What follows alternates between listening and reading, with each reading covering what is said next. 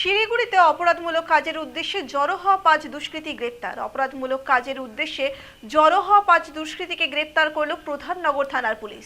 ধৃতদের নাম পঙ্কজ রায়, সাগর মঙ্গল, অসীম ছেত্রী, আয়ুষ খ্যাতি এবং আনমোল প্রধান। তাদের মধ্যে পঙ্কজ রায় কুখ্যাত অপরাধী। পঙ্কজ প্রধাননগর থানার অন্তর্গত এলাকার বাসিন্দা এবং বাকিরা দার্জিলিং এর বাসিন্দা জানা গিয়েছে। বৃহস্পতিবার রাতে গোপন সূত্রে পুলিশের কাছে খবর আসে যে 46 নম্বর ওয়ার্ডের রাজীবনগর এলাকায় বেশ কয়েকজন দুষ্কৃতী অপরাধমূলক কাজের উদ্দেশ্যে জড়ো হয়েছে। এরপরে অভিযান চালিয়ে কুখ্যাত অপরাধী পঙ্কজ রায় সহ 5 জনকে ধরতে সক্ষম হয় পুলিশ। বাকিরা পালিয়ে যায়।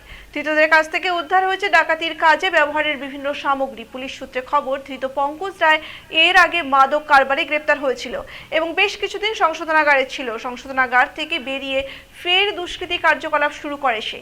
ধৃত 5 জনকে আজ শিলিগুড়ি আদালতে পেশ করা হয়েছে। গোটা ঘটনা তদন্ত শুরু করেছে পুলিশ।